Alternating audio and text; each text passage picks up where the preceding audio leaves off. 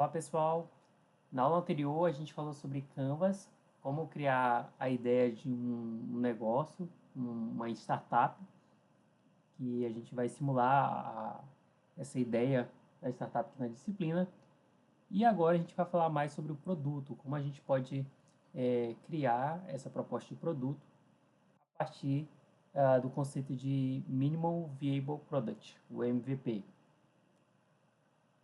Bom, então nessa aula a gente vai falar um pouquinho sobre o que vem a ser o MVP e qual a sua importância para empresas que estão começando, para startups, validar ideias, né, de produtos ou serviços. Quais estratégias são utilizadas para poder validar esse MVP, exemplos reais de MVP e também vou mostrar várias técnicas, formas que vocês podem adotar para poder criar o MVP de vocês aqui na disciplina. Bom, o MVP ele vem provar uma ideia inicial, uma visão da startup, revelando se essa ideia corresponde mesmo a um produto interessante na vida real, ou junto ali para o público-alvo, ou se é apenas uma expectativa dos envolvidos, sem lastro com as demandas práticas do mercado. Então, antes de eu colocar no mercado, eu preciso validar. Caso seja validado, quando eu for colocar no mercado, já vou ter mais segurança ali de que aquela ideia vai dar certo, que o produto vai, o serviço vai vingar no mercado. Bom, o MVP é uma estratégia que a gente utiliza para desenvolver um produto ou serviço com o mínimo necessário para validar a hipótese e aprender com os usuários, né? Justamente porque nesse início da criação da startup, a gente não tem muito recurso para gastar. Então, a ideia é fazer essa validação do mínimo possível para que depois eu possa avançar com mais investimento, mais recursos alocados ali para aquele projeto. E essa ideia de startup enxuta, né, do MVP, se popularizou através desse livro aí, de Lean Startup, de Eric Ries. Bom, esse Lean Startup vem também dos princípios de manufatura Lean.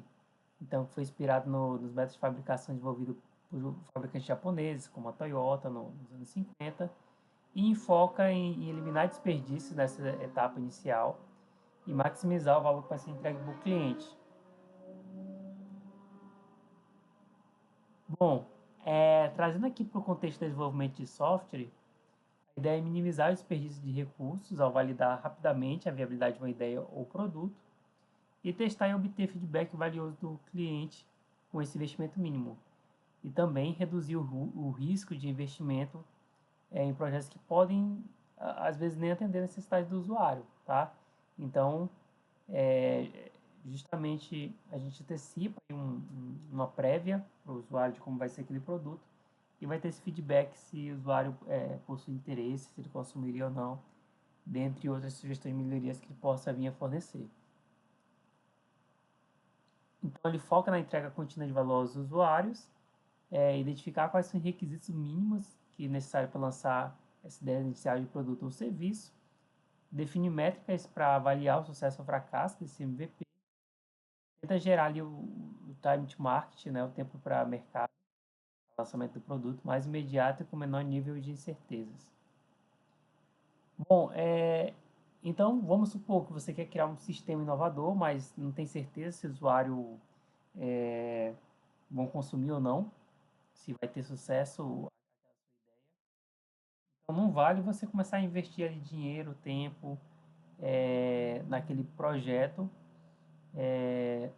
para depois desse tempo todo, de 2 anos, descobrir que ele pode não ser um bom produto, pode fracassar. Quando a gente trata desses sistemas inovadores, com requisitos que são diferentes, os resultados não podem ser confiáveis, né? Então, por isso que se gera essa abordagem da MVP. Então, a solução é implementar um sistema simples, com requisitos mínimos, mas que sejam suficientes para que a gente possa testar se há viabilidade de investir no desenvolvimento daquele produto. E esse primeiro sistema é justamente chamado de MVP, né, o produto mínimo viável, que O objetivo é testar uma hipótese de negócio. Bom, o MVP não necessariamente é um produto, seu resultado final é um produto pronto já para ser lançado no mercado. Ele é uma metodologia que a gente busca melhorar de forma contínua ali essa ideia de produto, né? No momento que eu testo um MVP, eu vou ter esse feedback e aí de maneira incremental eu vou melhorando ele, tá? Caso haja algum erro, algum atributo ou funcionalidade que não atenda a demanda do mercado, isso aí vai sendo corrigido nas próximas fases do projeto. E aí a gente vai testando a cada incremento dessas melhorias e novos ciclos de desenvolvimento e teste desse MVP. Bom, então quando a gente fala dessa ideia do MVP, não é como assim no início eu tivesse a ideia, eu vou criar um carro. Então primeiro eu penso aqui nas rodas, no eixo, na carcaça, para depois finalizar o carro, tá? O que a gente quer colocar com isso? Eu não tenho ideia do que vai ser o produto final. Por isso que eu vou testar ali com o cliente, tá? Eu tenho uma ideia mínima ali do que eu preciso. Então, nesse exemplo aqui que a gente está colocando, a ideia é que eu preciso me movimentar, preciso me locomover. Então, eu posso testar com o usuário. Olha, isso daqui serve para você se locomover? Ah, serve, mas eu quero mais segurança. E agora, com esse suporte aqui? Ainda não está legal. Eu quero mais conforto. E agora? Ah, melhorou, mas está muito lento. E agora com o motor? Gostei, mas não está tão seguro. Que tal esse produto aqui? Ah, agora atende o que eu espero, tá? Então, a cada rodada eu vou melhorando até que o cliente fique satisfeito, tá? Então, é essa a ideia. Eu não começo já sabendo qual vai ser o resultado final, porque isso vai depender de tudo esse processo de desenvolvimento e teste. Bom, o MVP ele permite que a startup comece a entender o que está por trás do comportamento do seu cliente, né, dos seus clientes, e a detectar falhas no produto antes de lançar. Essa é a principal vantagem, né? Então, o que, que eu preciso ajustar antes de lançar ou cancelar aquele produto, né, se não houvesse aquela necessidade. Então, essa troca de informação com o ambiente externo, com os clientes e potenciais, possibilita encontrar qual vai ser a melhor solução para poder aplicar os preços, lançar o produto, o serviço, que de fato tragam essa inovação.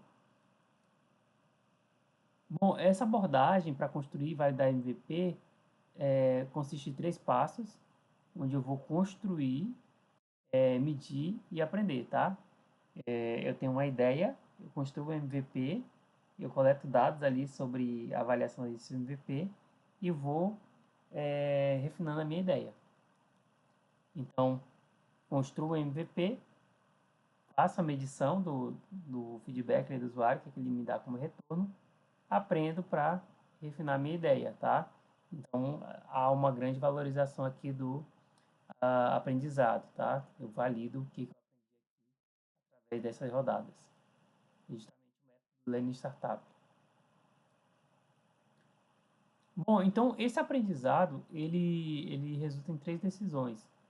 O teste pode ser bem sucedido, então a gente achou um mercado, né, um market fit, encaixou no mercado, para investir mais recursos para implementar um sistema mais robusto e completo.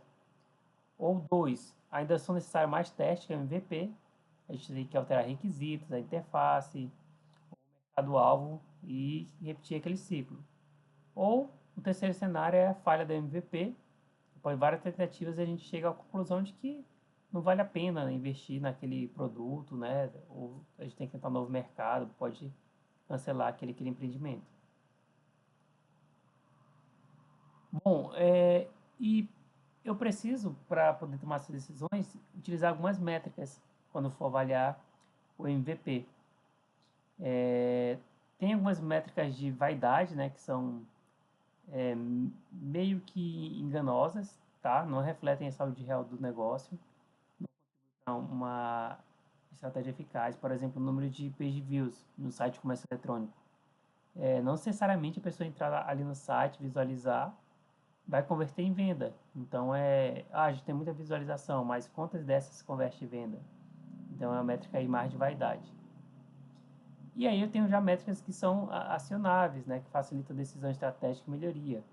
A taxa de conversão, o quanto se converte em venda aqueles acessos, o valor médio do pedido, que é calculado através do total que a gente arrecada pelo número de pedido, o custo de aquisição de clientes, o percentual de conversão de visitantes em clientes, tudo isso tem que ser medido, tá?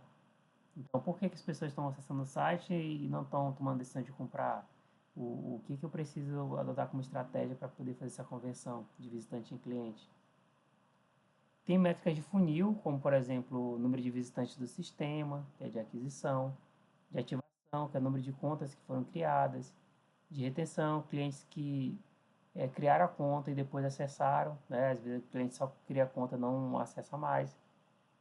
Receita, que é o número de clientes que fazem compra, e a recomendação, que é o número de clientes que fazem recomendação do produto para outros clientes, tá? Bom, eu posso fazer tomada de decisões com base em métricas. Por exemplo, sistema de recomendação com base em comportamento de compra. Verifico que o usuário sempre compra um determinado produto, uma categoria de produto, posso fazer essas recomendações. E também tem algumas melhorias que eu posso fazer para aumentar o número de itens comprados. Então, a Amazon ela tem várias dessas estratégias implementadas. Por exemplo, a classificação do produto, né, em relação à satisfação dos usuários, os usuários dão esse feedback. A Amazon coloca aqui, olha, que ela está fazendo essa recomendação desse produto, fiz aqui a escolha da Amazon, né, está destacado. E aí tem outras métricas, olha, foram feitas mais de 100 compras desse produto no mês passado. E aqui tem um desconto ainda, olha. Então tem várias abordagens para te convencer ali a comprar. Às vezes eles colocam também, olha, só resta um produto. Esse tipo de informação para que você sinta a necessidade de efetivar a compra. Bom, tem um exemplo de MVP da Zarpus, que foi uma das primeiras empresas a tentar fazer essas vendas online, sabe, nos Estados Unidos, em 99, isso. Que o fundador fez? Ele visitou várias lojas de sapato reais, ele fotografou esses pares e criou uma página web bem simples, né? A gente está falando de 1999, por meio da qual os clientes poderiam selecionar qual sapato eles queriam comprar. E aí aqui é o print, né, do site da época. Vejo que na época o site era bem poluído, né? Mas essa ideia de MVP era algo bem simples mesmo ali, para divulgar os produtos. E ele fez todo o processamento de forma manual. Então, ele ligava para a empresa de cartão de crédito, a pessoa no site podia comprar no cartão, mas ele que fazia a ligação para poder passar o cartão, ligava para as lojas físicas de sapato e fazia a logística de entrega. Mas com esse MVP, ele conseguiu validar que era possível vender online de forma rápida e barata. Ele validou uma hipótese e que as pessoas queriam consumir, né? Existia esse mercado de pessoas que queriam consumir do conforto da sua casa, pela internet, comprar sapatos pela internet. Em 99 isso não era uma realidade. Então, isso fez com que esse MVP dele fosse validado e que anos mais tarde ele vendesse a empresa dele aí para a Amazon por mais de US$ 1 bilhão. E aí hoje essa interface aí do site das Apple. Já não é mais MVP, já é um case de sucesso aqui que foi adquirido pela Amazon. Bom, outro exemplo é do Dropbox, né, que é o sistema de compartilhamento de arquivos na nuvem. O fundador ele gravou um vídeo simples mostrando como utilizar as principais funcionalidades do Dropbox. E o vídeo se tornou viral porque ele adotou algumas estratégias, né, e conseguiu capturar early adopters, né, usuários que se expõem a ser os primeiros a testar o produto, né. Então ele criou um vídeo assim bem simples, onde ele colocava uma imagem aqui na nuvem, né, no Dropbox, e depois alterava essa imagem, passava aqui um X, e aí substituía a imagem e mostrava aqui o arquivo foi atualizado ali na nuvem, sincronizado, e aí isso chamou bastante atenção pela maneira que ele demonstrou a funcionalidade do Box. Outro exemplo é da EasyTax, criada aí pelo Thales Gomes. Então, ele fala que ele teve a ideia de criar esse aplicativo do EasyTax num dia que ele precisava pegar um táxi, estava chovendo no Rio de Janeiro, e ele não conseguiu pegar nenhum táxi. Então, ele disse que depois desse insight aí, ele montou um formulário em um blog, né? Blog, que colocava o nome a pessoa colocava seu nome, e-mail, endereço, da onde ela queria partir, o destino dela e a cor da camisa dela para se identificar, né? Para que a pessoa do táxi pudesse identificar ela. E aí a pessoa colocava a informação na página, ele recebia no e-mail dele, e aí ele colocava a localização no Google Maps, e aí tinha uma opção no Google Maps nessa época que era táxi ao redor, ele ligava para o ponto de táxi mais próximo e falava para o taxista, olha, o passageiro vai estar com uma camisa dessa cor, vai estar esperando tal ponto, né, o ponto de destino, pode ir lá buscar ele, tá? Tem essa demanda. E aí ele pegava a placa do táxi e uma estimativa, né? Perguntava para o taxista quanto tempo demorar para avisar para o passageiro, tá?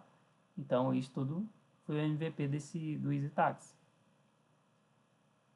De 2011, né? Então, só 4% da população brasileira tinha smartphone. E aí, quando ele lançou o aplicativo, a maioria dos taxistas não tinha smartphone. Eu achava muito caro. E aí, o que ele fez? Ele comprou 1.000 aparelhos. Olha só como a vontade do empreendedor, né? De fazer as coisas acontecerem. Ele comprou 1.000 aparelhos, já com internet, com plano 3G, e distribuiu ali para os taxistas do Rio de Janeiro. Então, ele entregava já o celular com o aplicativo instalado. Olha, eu vou dar esse celular para vocês, mas eu quero que vocês usem o aplicativo, eu vou monitorar tudo para começar a fazer a coisa acontecer, né? Para mostrar justamente a viabilidade do negócio.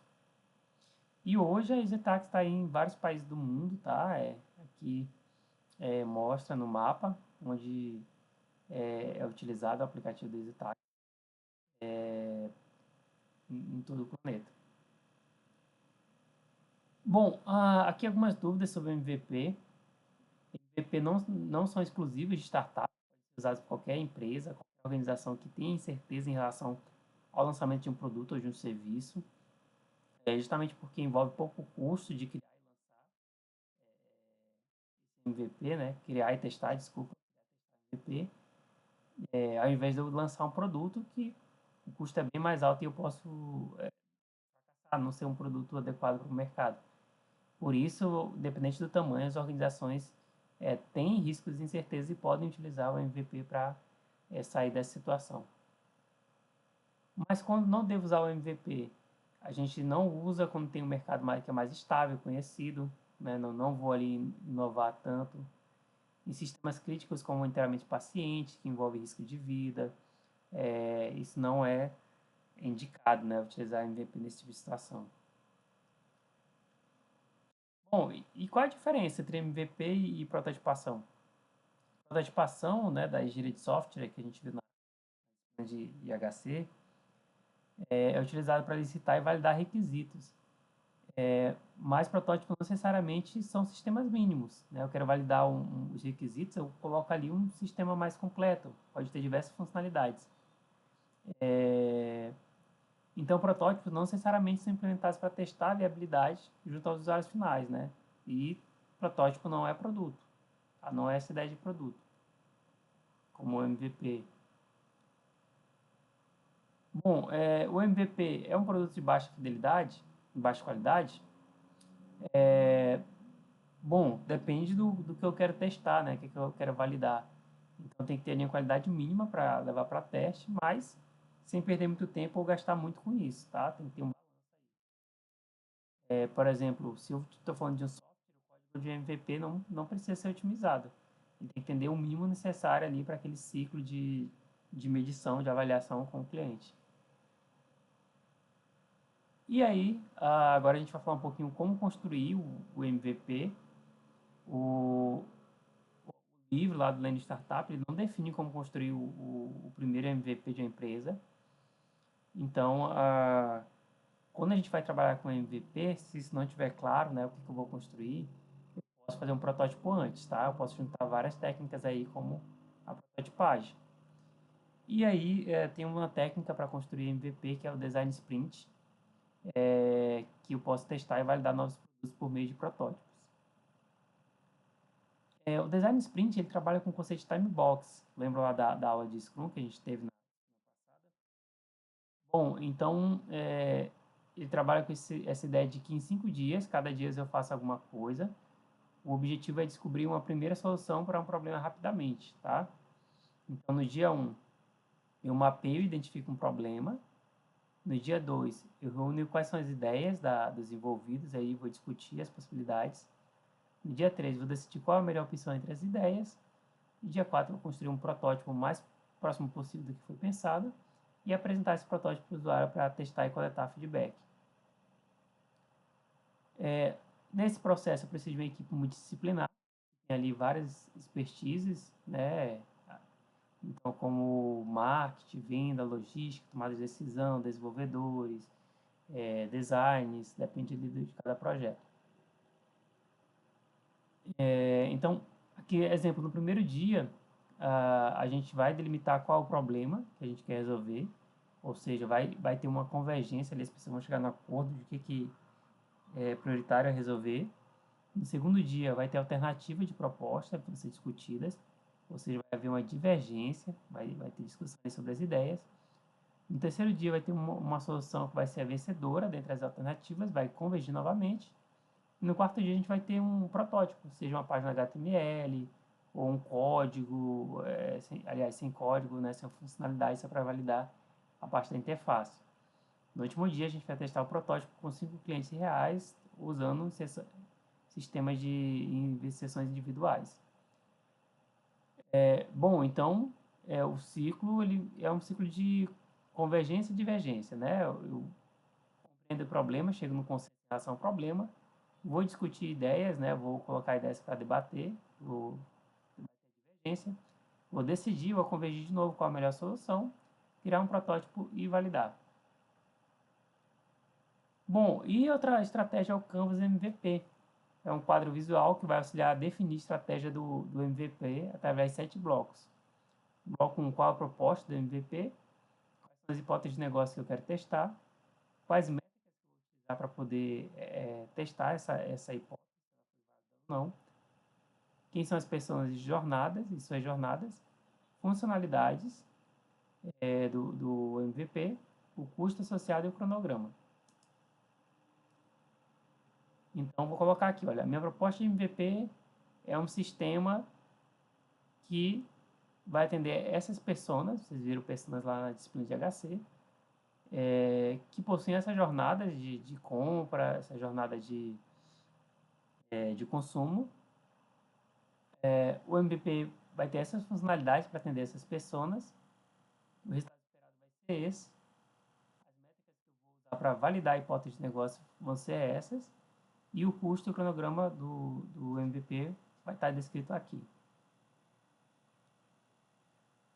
Então, na proposta, eu vou colocar qual é a proposta, né? Detalhar assim, qual é a minha ideia de produto ou serviço. As pessoas vão falar para quem é esse MVP, que pode ser um segmento, né? Ou um grupo menor, quanto mais detalhado, melhor, né? Então, famílias que gostam de almoçar em restaurantes que tem espaço para crianças, tem que detalhar nesse nível.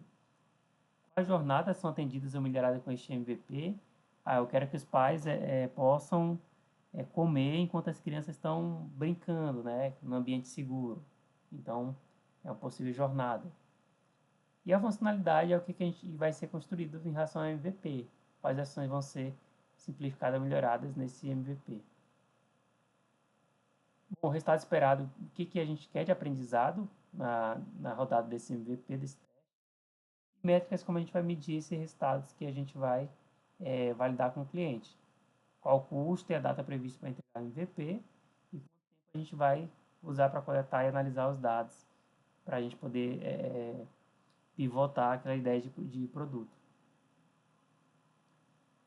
Bom, aqui tem um modelo, tá, pessoal, que vocês podem utilizar para planejar o MVP de vocês, tá? Não é obrigatório, eu não vou pedir aqui esse planejamento, até pelo tempo da disciplina, é mais para vocês conhecerem essa ferramenta e se guiarem, tá bom? Eu vou pedir ao MVP em si, justamente com as suas funcionalidades, tá? Para vocês poderem fazer uma pequena demonstração. Bom, e como é que a gente testa o MVP? Existe o teste AB, né, os testes divididos, onde a gente vai escolher entre duas versões de um sistema, com base na preferência dos usuários. Então, são versões idênticas, só tem um requisito, o A ou B, que são diferentes, tá? A gente quer validar qual é a melhor funcionalidade, qual é o melhor requisito. Então, a gente apresenta isso para os usuários e vê qual é a reação deles, tá? Qual é o feedback deles. Bom, geralmente esses testes são aplicados quando a gente fala de interface do usuário, como layout, cores, elementos, posicionamento desses elementos. A gente tem uma versão de controle, que é o sistema original, e uma versão de tratamento, que é com o novo requisito. E a gente define métricas, como por exemplo, qual vai ser a opção que o usuário vai escolher, né? Qual vai ser a taxa de conversão para medir esse desempenho, o que ele vai optar, dada ali opções, né? Mais de uma opção. Eu consigo medir e comparar resultados para determinar qual é a melhor versão, qual é aquela que desperta mais interesse no meu usuário e instrumentalizar o sistema para dividir aleatoriamente o que o usuário vai acessar, tá? Então, eu não posso escolher qual usuário vai testar A, qual usuário vai testar B. A ideia é que isso aqui seja feito aleatoriamente. Então, eu posso criar um código lá aleatório que, quando alguém acessar, ele vai escolher entre A e B para a pessoa escolher, tá? Testar ali a funcionalidade. Eu preciso me preocupar com o tamanho da amostra, quantas pessoas vão testar aqueles produtos, tá? Para garantir resultados estatísticos significativos. No nosso caso, a gente não vai testar, tá, pessoal, com usuários em potenciais, a gente vai apresentar na turma mesmo, devido ao tempo. Aqui é mais para conhecer o processo todo. Então, a gente vai definir quantos clientes vão ser necessários para esse teste, para que a gente tenha conclusões confiáveis. E a relevância estatística, ela é muito importante quando eu vou chegar a essas conclusões, tá? Para ver se tem significância ou não e confiabilidade nos meus resultados para tomada de decisão. Então, por exemplo, se tem uma taxa de conversão de clientes de 1% e a gente quer verificar se o tratamento produz um ganho mínimo de 10% nessa taxa, a gente precisa de um grupo de controle de no mínimo 200 mil clientes, tá? Nesse exemplo. Para que o resultado tenha relevância estatística considerando um nível de confiança de 95%.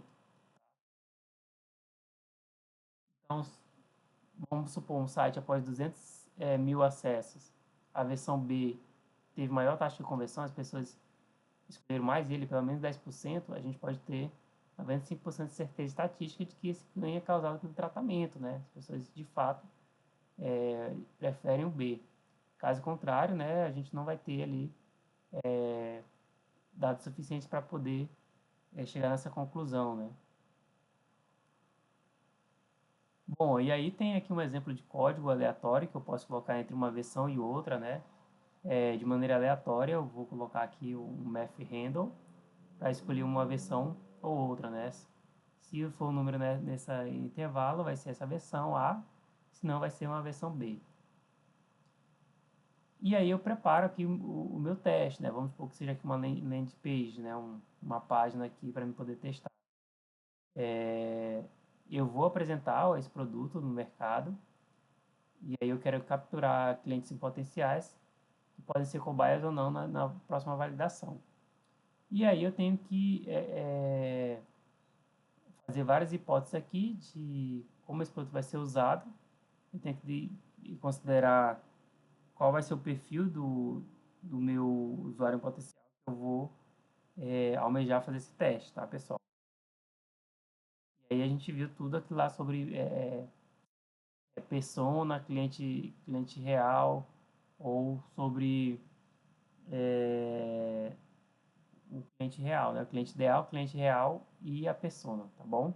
Então eu preciso aqui verificar qual é o meu objetivo para poder fazer essa representação do meu público-alvo. E aí, exemplo da persona, né, que a gente viu, a gente nomeia a persona, coloca uma faixa etária, comportamento, qual a profissão dela, situação econômica, família, desafio, principal objetivo, para que eu possa entender quem está escolhendo A, quem está escolhendo B, como isso vai influenciar no meu MVP. Bom, então essas etapas aí a gente utiliza para poder realizar nosso teste. O objetivo é gastar o mínimo possível, tá, pessoal? Então, quanto menos custo financeiro, tempo envolvido, melhor, tá bom? Aqui eu tenho um exemplo, tá, de teste AB. Eu tinha aqui duas disposições para baixar esse livro. Estava dessa forma aqui, olha, onde eu coloquei uma imagem do livro, uma página do livro. Aqui eu coloquei como se fosse uma capa com um efeito de profundidade, tá? E aí as pessoas optaram mais por essa versão, olha. Aumentou 9,2 nas convenções. Então, as pessoas optaram mais pelo B, nesse exemplo. Outro exemplo, né, tinha aqui um passo a passo, onde tinha aqui passo 1, passo 2, passo 3. Aqui eu deixei mais enxuto, coloquei só os números, tá? E as pessoas gostaram mais dessa versão, teve 17% de conversão. Bom, aqui outro exemplo, onde eu tenho dois sites semelhantes, onde eu mudo somente a funcionalidade aqui, né? A forma que eu apresento a minha informação, tá bom? Então, aqui eu tenho um fundo aqui mais sólido, tá? Um azul sólido. Aqui já tem um efeito de background aqui meio com uma colmeia, né? Com uma profundidade. Isso aqui agradou mais o público-alvo. Mais um exemplo, né? Aqui eu tenho um e-book de vídeo marketing, onde eu coloquei aqui o vídeo com menos destaque e aqui o, o link, né? O formuláriozinho para poder você colocar seu e-mail e baixar o e-book. Aqui eu já dei o destaque maior para o e-book, colocando as informações desse lado aqui, ao invés de tudo junto do formulário, e deixei mais limpo aqui o espaço para colocar e-mail. Isso aqui teve uma aceitação melhor. Bom, então após realizar esse teste AB, é sempre bom mostrar mais de uma opção, que você pense mais uma solução para o usuário.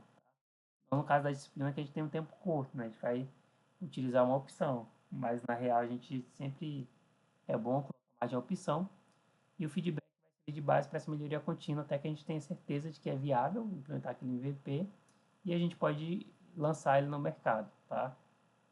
Então, no fim, é um processo de tentativa e erro até chegar num produto adequado, né? Essa versão da MVP para a gente poder lançar no mercado. Tem alguns casos reais de teste AB, o Facebook fez muito isso, né?